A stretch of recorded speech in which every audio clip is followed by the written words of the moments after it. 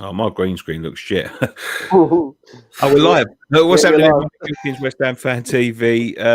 Welcome back to another edition of West Ham Fan TV's post-match Pint, the only post-match fallout show on the internet. We've just come back, virtually from the London Stadium. It was West Ham 0, Newcastle 2. Scott? Yeah, starting lineup: Fabianski in goal, Fredericks right, Quezwell left, two centre halves of Bonner and Diop, Souček, Rice, Noble midfield 3, and then Antonio up top with Fornells and Bowen supporting him wide. Moyes tried to play safe with that starting 11, didn't he? You know, he's safe. Yeah, that's what he's trying to do. He's gone for what he knew instead of trying to experiment. This weren't the game to be playing safe, though, bearing in mind the run we've got coming up. Oh, yeah. We had to win, really. Yeah, this is it. And this was the time, you had Cullen, who impressed in pre-season, didn't get a game. You had Anderson, Lanzini, Yarmolenko all sitting on the bench. And, for me, Fornells doesn't work right as a winger. He needs to be playing in that hole in behind the striker. And I think it affects the performances. Yeah, but it's again square pegs and round holes again, isn't it? But this is the thing: is he did have someone. As much as I've said before, I want to see Anderson in the middle, which I do. He left someone who is a left winger on the bench in favour for someone who's not a left winger and played him there. Yeah, and that's the thing. A lot of people talked about last season. Obviously, that's the team that did well last season. And that, it's a different season. You can't just go off form from another season. A lot of things have happened between then and now. Do you know what I mean? And to just pick it, I think that's kind of lazy. We said, though, didn't we? After we had a decent finish to last season. We said, they probably won't sign him. And they'll just go, well, we had a good run end of the season. They can just carry that on into the next season. And that's how it's turning out. Yeah, that's what I'm saying. It's lazy. It's very lazy. Yeah, exactly. That's the problem. It's not like you said. Newcastle, as me and Dan were saying at the end of the stream before Dan's voice went all funny. Newcastle identified areas they needed to strengthen. They've strengthened them. We've identified areas we need to strengthen, and we've still not strengthened it. Yeah, and that's the thing. It's that's what I'm saying. What they've done is smart business. It's like even when we do spend, do you know what I mean? We like we said, we have the slapdash approach. They've really gone and signed some players that experienced in the Premier League, exactly the positions they need. And one of them weren't even playing. Now they've got decent squad depth to it. I mean, they're really for a team with apparently a real shocking owner. I mean, he has done bad stuff in the past, but. You know what I mean? If you're being shown up by Mike Ashley, that speaks volumes. Exactly. It really does. But massively disappointing. The players said that the Dean Garner stuff weren't even in their mind, so they're not even trying to use that as an excuse. Bollocks. It was just bullshit. Nothing. Same bollocks. Season after season. Do you know what? I blame Moyes as much as I blame the board, really, because he's a fucking little yes man who sits there and wants to take the blame for him. He's just as bad as him, in my opinion. He picked the team today. People saying they feel sorry for him. I don't feel sorry for him because you've got to stand up for yourself. Do you know what I mean? You've got to stand up for yourself. If you don't stand up for yourself, you're going to get fucking walked over by them. And that's what they do. They walk over people. They want to walk over managers, and that's why so many people do not fucking last at this football club. That's why Bilic had to walk out. That's why Pellegrini had to go. Because they don't share the vision, and that what they want is Moyes. They wanted Moyes back because yes sir, no sir, 3 bags full sir. And I tell you what, right? They went into this game today, as I said, most attacking players on the bench. No fault of even beating Newcastle. This is Newcastle. This ain't Man City. This ain't Arsenal. This ain't Man United. This ain't fucking Chelsea. This is Newcastle at your home ground. And they went into that game today looking at it like we've got to defend them and hit them on the break. Fucking hell. If we can't do it against fucking Newcastle, when are we going to fucking do it? Yeah, because we're going to fucking play him next week We need to start.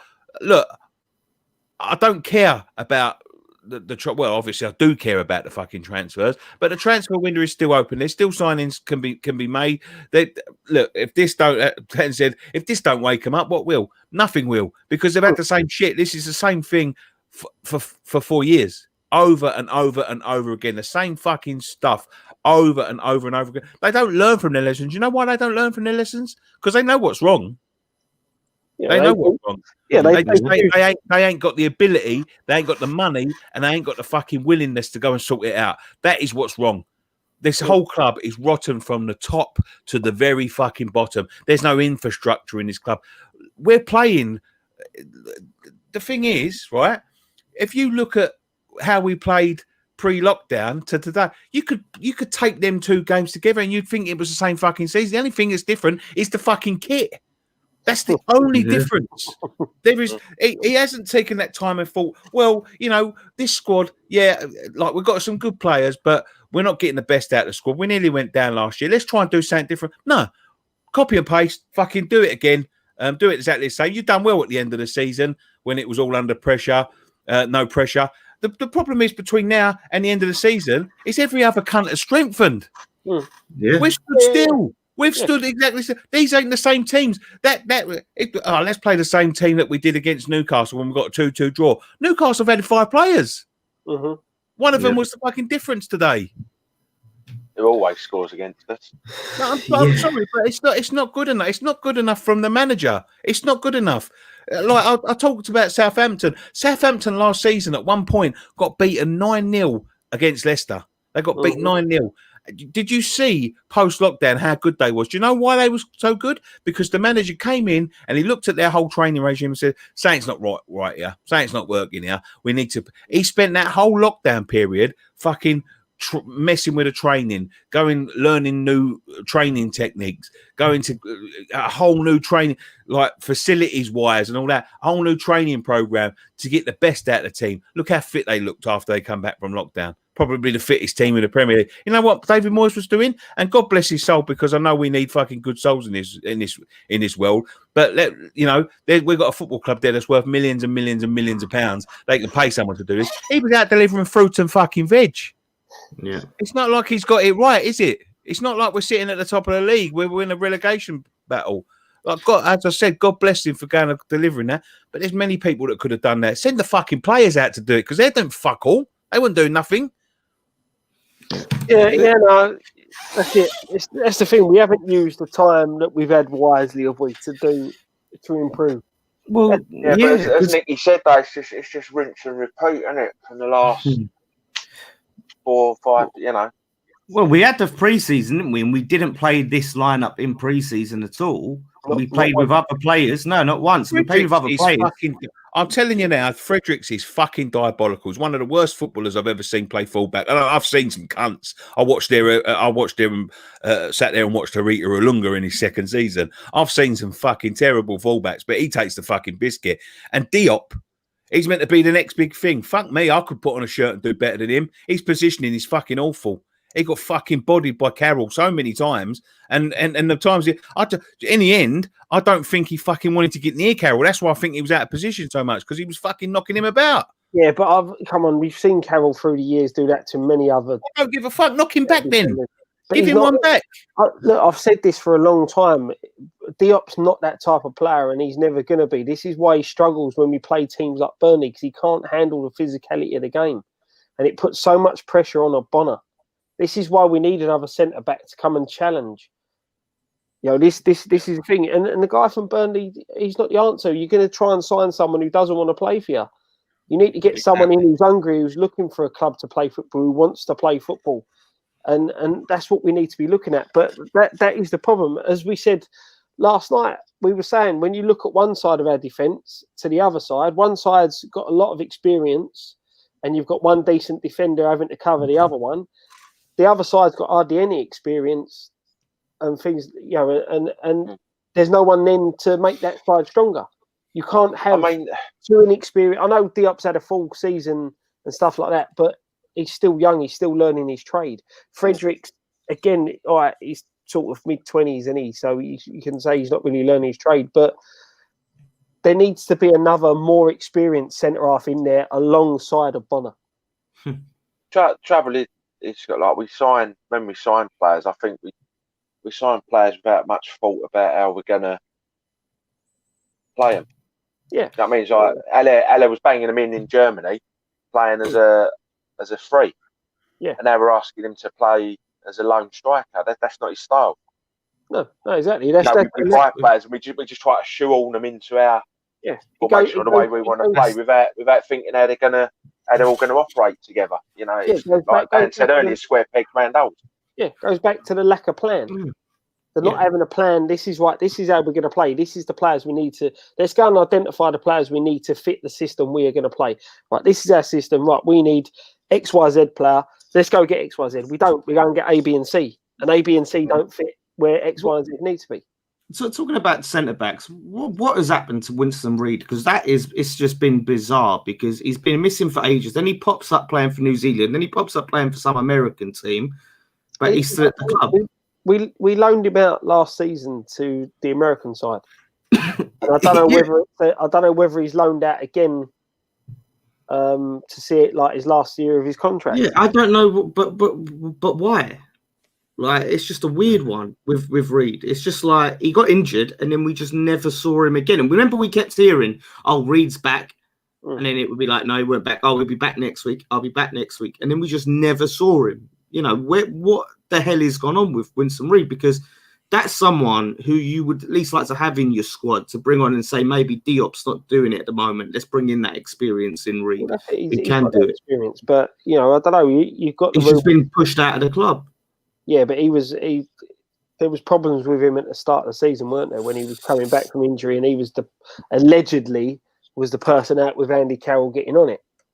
Whether that's true. But you push you get rid of a player just because they go out and get on it. Like, loads of players do it. Like, Man City aren't going to get rid of Foden, and Man United ain't going to get rid of Greenwood. I know there are a lot more important players to their team, but still, you don't, just because a player goes out and get on it, you don't force them out of the club. Like I said, that would be a player that would be good to have in the squad, and then you can look at and say, right, Diop, it's not happening now. Let's have the experience, and maybe you can learn something off Reid, because Reid, when he's on, was a very, very good defender for us. Yeah, but he was another player who had injury problems. Look who we're resorting to.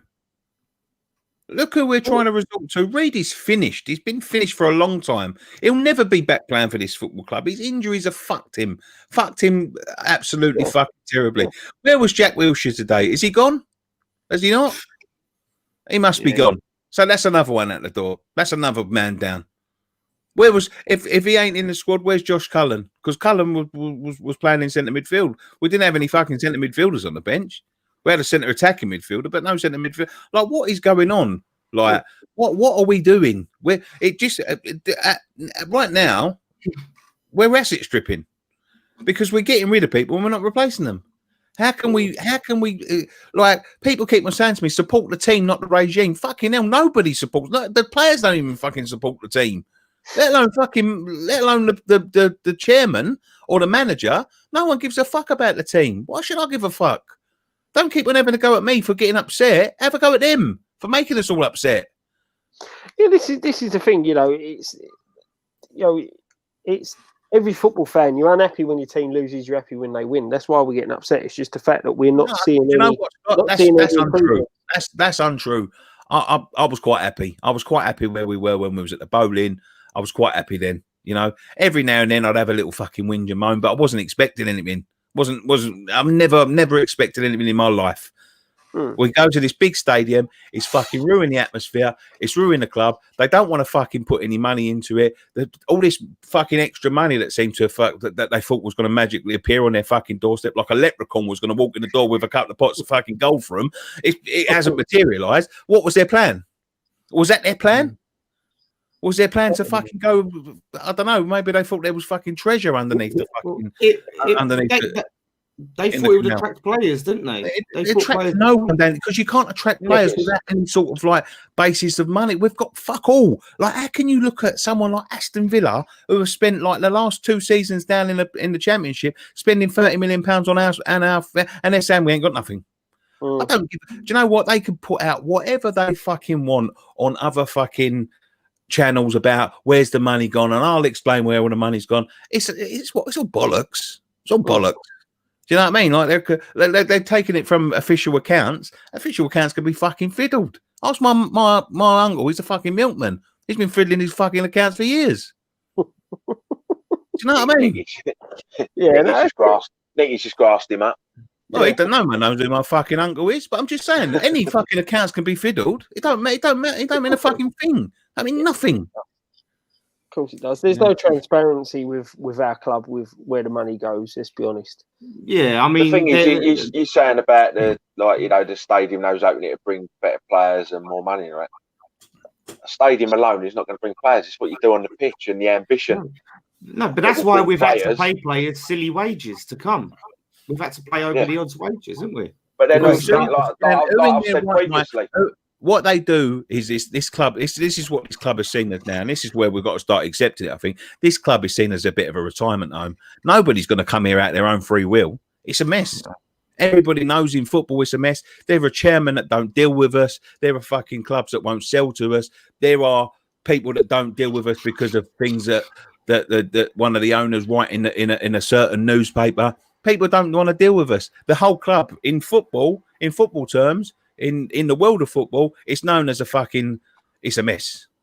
And the only reason you go there is if they chuck fucking stupid fucking money at you. Somebody's just saying in the comments there, Benny Hill. Yeah, that's what they should be walking out to. Because that's how fucking good, that's how good they are. They're absolutely fucking diabolical. Nobody gives a fuck.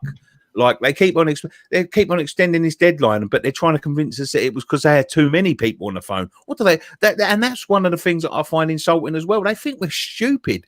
Well, they think we're as thick as fucking arseholes. Like they think we're stupid. I'm sure they think most of us are fucking goldfish. They've got 3-second memory.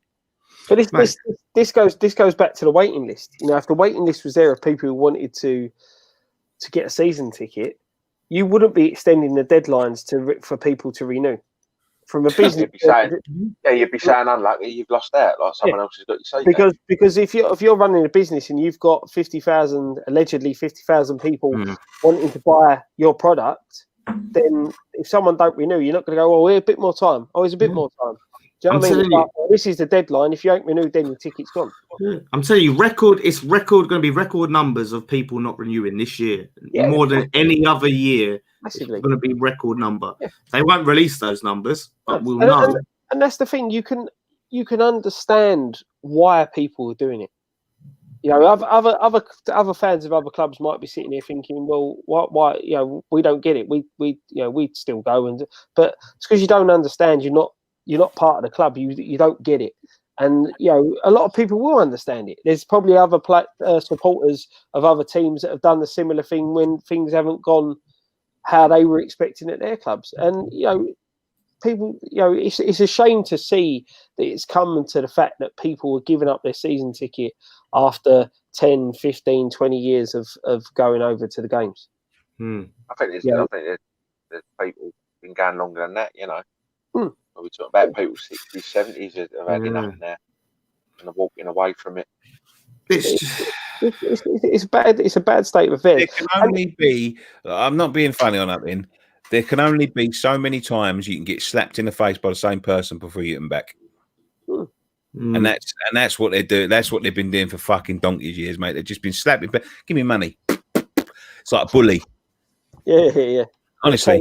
Turning you upside down, shaking the change out all the time. Yeah, it's only so many times. As I said before, I think I've used this quote before.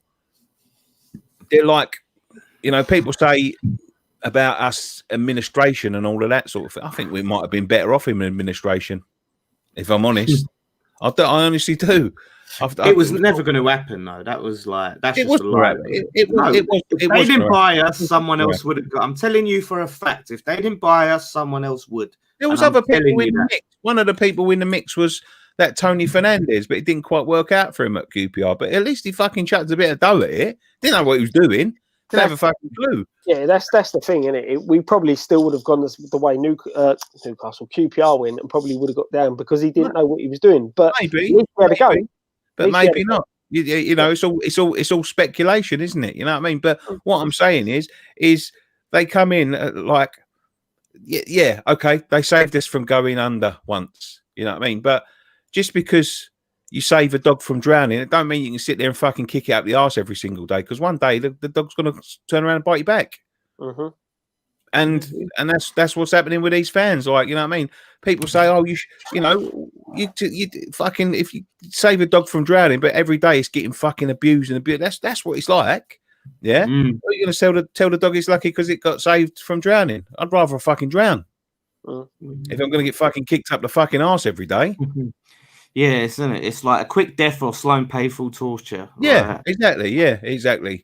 And like, think about what they've done since then.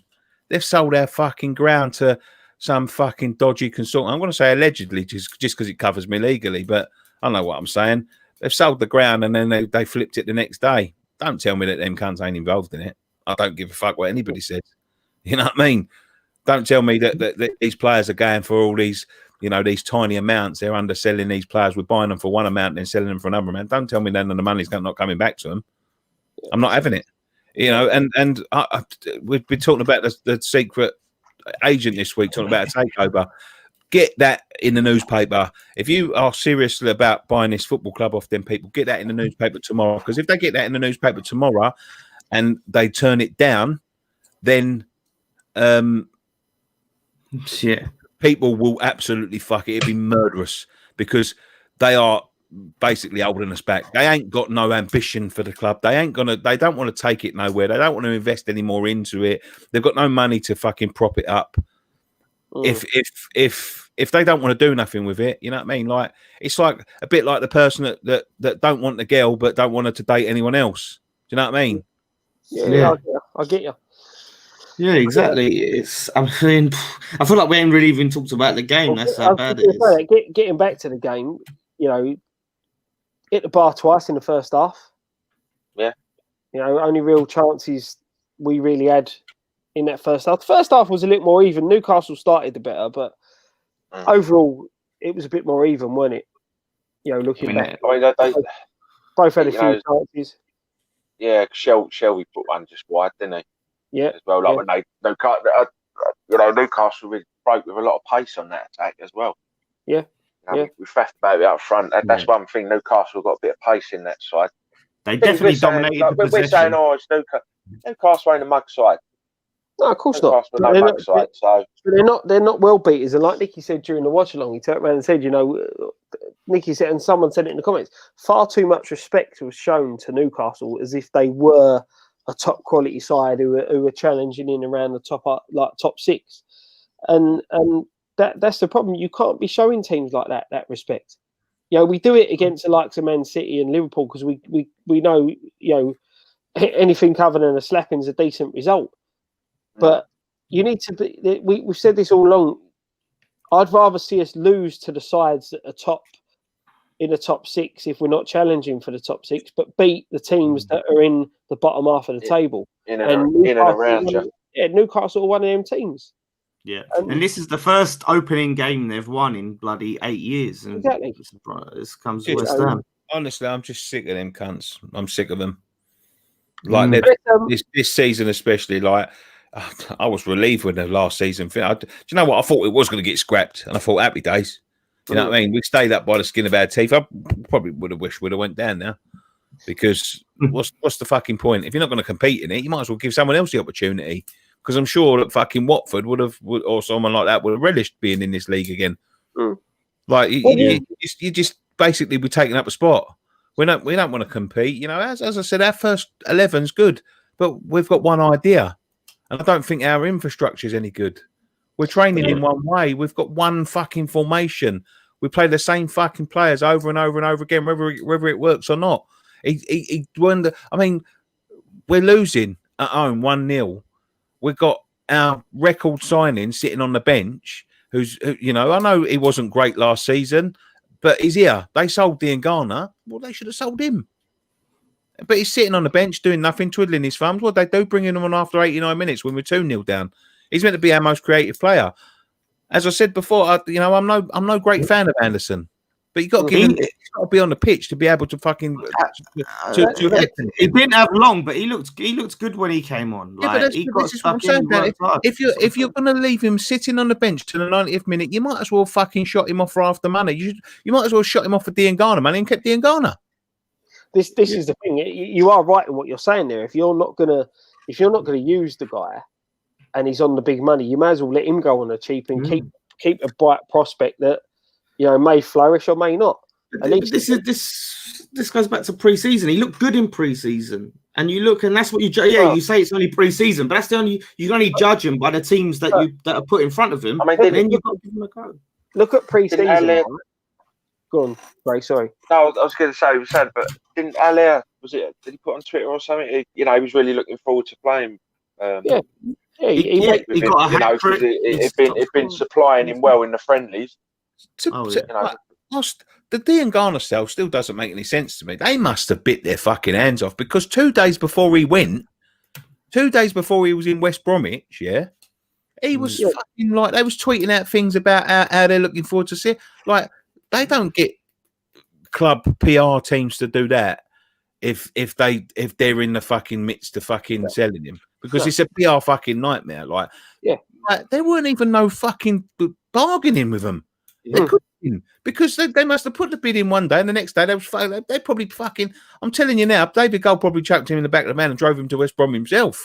But this is what me and Dan were saying about when you look at the way we have to do bidding, and we never get a player on a cheap, but we sell a player. It drags out and out and out. They tell us so many times about how long it takes to sign these players. Oh, it takes so long to sign these players. Them cunts had it wrapped up in 2 days. Exactly. 2 days. But the thing, when you look back at the pre-season that we had, look at the players that stood out during pre-season. Diangana sold. Josh Cullen weren't even in the squad. Sebastian Allaire stuck on the bench. Yarmolenko stuck on the bench.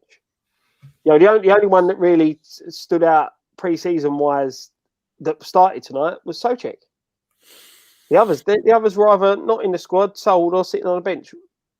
Surely, I know pre-season's pre-season, and it's completely different competitive football, but playing well in games breeds form. So if you've got players who are playing well in the friendlies and playing well in pre-season, surely they're on a high because they're playing well. You put them in your starting 11. Yeah. Into the first league game. This man management is awful. Yeah, we're putting square pegs in round holes now. So if they don't fit the system, but we're still playing the system, just put them in, because they're on form, they're confident, they're higher. So Hilaire got 4 goals in 2 games. Whatever it was, play him. He's confident. Confidence breeds form. Then that form and that confidence spreads around the team. That team out there today look void of any confidence in anybody, and I think you see it in performances. As I said to you, that's the least amount of running I've seen Antonio do since he's been back in the starting 11. But I don't think he's fit. Exactly. I mean, he was limping in the Bournemouth game. So why has he just been pushed straight back in when he's clearly not fit and he can't do the job, just so we play the team that was so good last season? Like, I'll give up. I'll give up with it all. I'll be honest with you. I could sit here tonight, and I could sit here till 6 o'clock in the morning listing everything that I'm fucking pissed off with and all of that. It's just so disappointing, because I thought at least that we might give it. Like, I can take losing. Like you said, we don't want to. We always moan when we lose. I can take losing, Scott. I can take losing if there's some sort of like game plan and it just doesn't work and all that. We've got no game plan. It doesn't look like we ain't got no heart. We ain't got no triers and all that. There's people, there's people in our team that's been in our team for 20 fucking years nearly now. You know what I mean? And as a Premier League club, man, they shouldn't be starting for you. These people should be getting phased out. They've let 4 players go and haven't replaced them with a single one. Like, how do they expect us to compete? We're meant to be, as I say, in this league, mate, you stand still, you get left behind. We're the only cunts that ain't done anything. Only one. Yeah. And we need to get stuff done. We need to do stuff. We haven't got a choice. The thing is, it's a big risk now because we're not in pre-season. You know, we've watched target after target after target after target go somewhere else. Ezzy went somewhere else. Watkins has gone somewhere else. The left back went somewhere else. The right back went somewhere else. All of these players that we was looking at that was our targets. We was waiting to sell someone. We was waiting to sell someone. Why are we waiting to sell anyone? Nobody else is waiting to sell anyone. Why are we in a different position? Like, we can't keep on getting the excuse, we spent £100 million 2 years ago. So what? That was fucking 2 years ago. I spent 10 grand 2 years ago when I went on holiday. Don't keep me fucking from doing anything else, does it? Yeah. You know what I mean? Like, how can you keep on saying we spent this money 2 years ago? You've also raked in a lot of money through saved wages. Like, do not fucking get it twisted. They keep on saying, we had £136 million a year. I broke down them fucking things. I was arguing with the people that fucking was putting out the wages and saying, this is why we're in so much trouble because we spent £136 million a year. I took the wages off of his website, broke it down. Dan, you can back me up on this one. Yeah. Broke it down with the wages that they said that they was getting paid. So there was no fucking arguments about what they was getting paid and what they weren't, right? Broke it down, showed you what we were spending, showed you what we've saved since then, showed you what we've signed since then. We saved us about £30 million in wages. He didn't come back after that as well, which is very coming back after. He went. The only thing he did say is, "Did you put in for contract extensions or contract adjustments?" And then I went, "Yeah, there you go. That's for that. That's for that." And he went, "I'm just going by what the accounts say." Yeah. As I said, I'll go back to my uncle, the milkman, fiddles his accounts. Yeah, I'll watch it. He's gone back to blindly following the people who put out the information, thinking that they're telling the truth. Yeah. I want to say this because we have lost opening games of the season before, right? This is so different. The context is different because you lose another opening game of the season, you think, right, okay, we've got to get time to get going, bad day at the office, whatever. But it's just the context of where the team is, how we've gone out, how Moyes has set them up, the fact that there are no new additions, there's no new players to bed in. We haven't had that long since the last season. It just seems like, and the whole general atmosphere at the club, it just feels like we're not going to kick on. Moyes needs to really now have a plan B, go back to the drawing board. He really needs to go back to the drawing board. Like I say again, like there's a lot of games left to play, and we could stay up or whatever. But we're fighting from behind. We're climbing uphill. This is an uphill battle, like really. And you know what? You can go back to the drawing board, but it's still the same players. So no, it is. But that's what I'm saying. You've got to find a way to make these other players and fit them into your team and make them work. Like otherwise, otherwise sack him. If you can't do it, sack him. Do you know what I want to see? I want to see Moyes go to the plan that he said he wants to get young, hungry players in. There's young, hungry players sitting in that squad now. Put them in. They're not going to do anything tonight. But the thing is, you need to have Cullen on the bench. How can you say you want young, hungry players when you're selling them? Yeah, but the thing is, it's not like you can go out and buy. You know, when you were saying he wanted to target young championship players who were hungry for you are fucking. You ain't got the money. No one's backing him. Turn around and make a statement like that because you are actively fucking selling them. And it just by selling that one person, it goes against every single fucking word he said. I want to build a young, hungry team. You got young, hungry players there. You're selling them. Bollocks, bullshit, nonsense. We're looking at Lorente, apparently. That's the rug being pulled underneath him. Moyes isn't selling the players, is he? I don't give a fuck who's selling them. If he's commissioned them, he's a bigger cunt as anyone else because he's been telling us fucking lies. But if they are selling them from under his, walk out. Stick up for your fucking self. Get some fucking bollocks about you and walk out the door. Just say no. You restrict him. I can't do the job. Can't do the job. You need to remember he ain't going to get a job anywhere else. I don't give a fuck. He's got enough money, Scott. He don't need no more money. No, but that's it. He's got enough money. At least come out in the media. Do you think Mourinho would sit there and say, like, if that happened to him? We've seen him sometimes press conferences. You know, I need players. You know, we need players and not giving me players. And other managers would do that. Say it. At least come out and say it. Don't try and, rosy over everything, and sweep it under the carpet. Make it difficult for them. Make it difficult. I do want to create young and I do want to do this. I do want to do that. But they're the ones that are stopping me from doing it. Say it to them, because at the end of the day, they're going to have to fucking sack him. Then they'll have to pay him. So, he's in a no-lose situation. Make it uncomfortable for him. Don't sit there and go, yes, sir. No, sir. No, yes, sir. Yes, Mr. Sullivan. No, Mr. Sullivan. You want me to suck your dick, Mr. Sullivan? But you don't know he's doing that. That's the thing. That's the problem. He could be. No, but we know that he's not coming out, is he? And like you're saying, you're putting forward the idea that it's being done behind his back. It's being done without his blessing. So if it is, what we do know exactly, he's not saying anything. He's not sticking up for himself. He's not putting any pressure on. He's acting like everything's fine. That's the problem. Joe, we don't know what goes on in meetings. Like we're talking about publicly. We're saying he should be coming out publicly and putting that pressure on. But then maybe they've promised him that he will be able to sign players.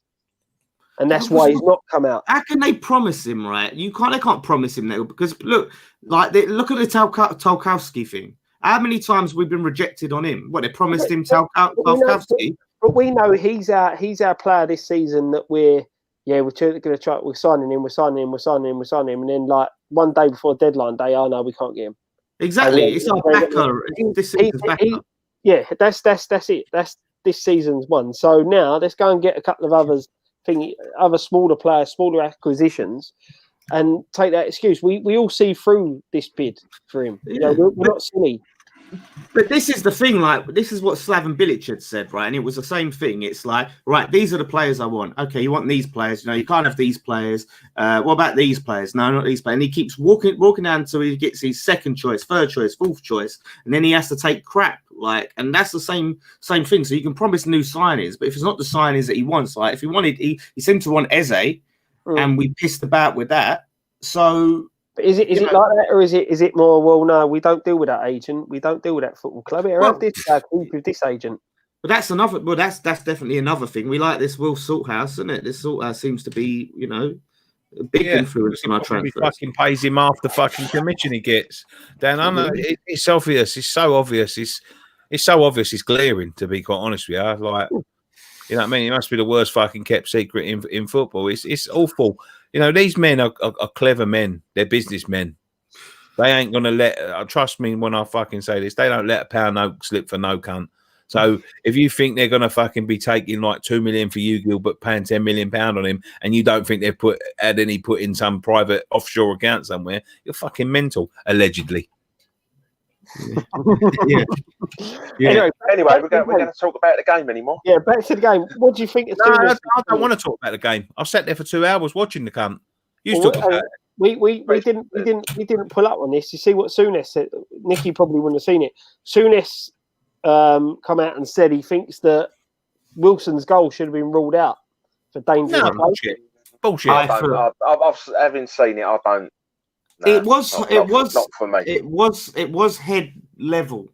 It head was level, for a high foot. Sometimes there's times where that will be pulled up on anywhere else on the pitch. And the thing is, I think if that was a defender going in with their head, then it may have been given as a foul. But because the keeper's going in with his hands. Yeah, but what Souness was getting at was that Fabianski's not fully committed because the foot's that high. Personally, I think Fabianski should be fully committed and should take the whack because he's a goalkeeper, and goalkeepers are meant to put their body on the line and take out the strikers. But if the shoe was on the other foot, I'd be disappointed it was disallowed. But I can see where Souness is coming from. No, Souness is wrong. That weren't. He was nowhere near him. He weren't even fucking. He didn't even touch him. No, it's not about touching, Misty. It's to put the foot's there. So that's what you're saying. No, you can't say that. No, I agree. If I was a Newcastle fan, that had been disallowed, I'd have felt very aggrieved about it. Anywhere else on the pitch, that's a free kick. I don't think so. If like I say, if a player's going in with a head, but Fabianski's going in with his hands, I don't think so. Still, his head's following his hand. He's coming forward. So technically, by the letter of the law, it should have been disallowed for a free kick. I'm agreeing. I'd be disappointed if that was us who scored it. It got ruled out. But when you look at the law, anywhere else that foot's that high, and the player's near it, do you know what I mean? Yeah. Free kick. Yeah, there is that. I mean, it was terrible goalkeeping. It's being near it and it's being dangerously near it. He put his foot in front of him. So he was fucking trying to punch there. He was anticipating the ball comes there, and he put his leg up there. It was nowhere near him. Didn't even touch him. Yeah, but do you think that is he like Scott was saying, he was trying to not take that whack, and he's seeing that, so he's sort of like leading with that. So rather than fully committing, well, if he's not trying, Dan, I'll be honest with you, mate. If he's not trying to take a whack, then get him out the fucking net. That's my argument. You keep it. He should be taking. He should be taking the hit. Should be taking the hit. He should. In fact, he should be taking the hit. He should be fucking larruping fucking Wilson. He should be knocking him clean out there. Yeah, of course. Why he's taking the ball out off his foot? I hope this ain't going to be a running thing with Fabianski. That now, since he's back from injury, he's just never going to be the same again, because we really need him to be at his best. I don't think so. I just because he wasn't quite up to it last season. Yeah, maybe we're being a bit overcritical. He pulled off a couple of other decent saves. So it's just I just feel he could have. I feel he could have done better for that goal. That was disappointing. So could have 4-0 should have done better. So I'm not blaming. I mean, it was a free header at the front post, wasn't it? You know, no one near him. He definitely. I don't know if you remember this, Graham, because these two couldn't. But there was a game, and I'm sure it was the Wolves game, where Fornals did exactly the same thing. He let a player get crossing like that, and it resulted in a goal. It was like near enough the same situation. I'm sure it was the Wolves game last season. But yeah, very disappointing. And their other goal, obviously, that hit is it Hendrick, isn't it? He was another player who was available on a free, apparently. Yeah. And another player, obviously, we didn't even have a sniff of. And he got an assist for obviously Wilson's goal. Yep. And scored a worldie of a goal, which I think was poor defending for him. Like, they gave him too much space. Yeah, I mean, it was a great finish, taking nothing away from the finish. Yeah, but there's no urgency to close players down. They gave him so much space. Like, obviously, there was that time with Fredericks, he pointed out when they had that crossing, and he pointed it out. You know, instead of actually trying to run in and close the guy down, he's sort of backing off as if he's expecting the ball to be crossed along the floor, and it goes in the air. And you're thinking, of course they're crossing it in the air. It's Wilson and Carroll. You know, and it's that decision making. It's just there's a real lack of urgency in the defence, I think, and this backing off players winds me right up. Yeah, exactly. Obviously, we had a penalty shout as well, didn't we? Oh, the handball, yeah. Which for me, I don't. No. I don't nah, his arms in a natural position, and it was ball to hand. So when you look at the Liverpool Leeds game and the handball that was given early on in that, you can understand why they've given it. But that one, I think it would be a bit harsh to be given. Yeah, he couldn't get away with it. It was hit straight at him from about 3-4 yards. Yeah, exactly. Yeah, and his arm was where it should be. His arms not up here. Yeah, his arms by his side, so you can sort of get it. But I just like it is rinse and repeat. We've still got the same problems we've had when we need cover, and until we get that cover, things are not going to change that much. But you know. We could hit a bit of form. You never know. We started. All I can say is we started a bit better scoreline than we did last season. Yeah. We're better off by 3. So but except it's not like the Premier League champions. No, exactly. It's a team that was down in a relegation battle with us. Yeah. I'm seeing, and this is ridiculous. Like I'm seeing Rice hate on Twitter from some big accounts. That are saying, "Oh, if that's the attitude he's going to have, get him out." Like, come on. Game. The guy's, he played a lot of football last season. He's been away on international duty. No pre-season, was injured. Yeah, exactly. Give him a break. Yeah, it was a bad team performance. Everyone has a bad game there and again. Yeah, exactly. Even the best in the world. Even Ronaldo or Messi, or they'll have a bad game. If the other 10 put in a decent performance and he was awful, I'd be worried. But everyone was poor. Exactly, and that's the thing. Even if what the scenario you just said was the case, and it was just him that was poor, and when's the last time he had a bad game? Exactly. Like you got a player has one off game, and you're ready to ship him out. Like leave off. Like, and that's the thing. I'm saying, like, people, because we hold him to such a high standard, it's like really noticeable if he's not up to his usual standard. I'm not saying like he wasn't completely dog shit. Nope. Like he just wasn't he wasn't Rice level. He was still fighting for the ball. He still, he'd lose the ball and try and win it back. Only this time, instead of winning it back, he didn't quite win it back. So it's complete bullshit. And I thought this is the thing as well. Obviously, when Yarmolenko came on, I thought he was very positive. Like he was trying to take shots from outside the box, which he weren't doing. He was just having a go at it, and obviously it weren't coming on. But we were starting to win more corners, which you want. When you got Souček and Ogbonna, and Antonio, Diop. So we should have been trying to, get scenarios where we're winning more corners, and you win corners by taking shots. I don't know why we didn't do that. Did anyone? Go on, I was just going to say about the one Carroll just put over. I thought that would have been sod's law, wouldn't it? Yeah. A double with him and Wilson. Do you know what? I'm not bitter. Newcastle were much the better team. I feel they've done much the better business in the summer. They fully deserved their win. They played very well. Andy Carroll was magnificent. Last time I watched him play with West Ham, mate, he couldn't move. Now I'm seeing him fucking flicking the ball up with his chest, lifting it over someone and striking one from distance. The whole fucking club's just shit. It's just rotten. Well done to them Newcastle. Look, them Newcastle fans have been through some fucking tough times, mate. Of course they have. You know what I mean? They've been through some tough times with the owner, with the way their clubs run. We've got our own problems in that regard. So let's take nothing away from Newcastle. We speak about how fucking rubbish West Ham are, but Newcastle were good. They were good. Their new signings look good. They look like they fitted in nicely to their side. Yeah.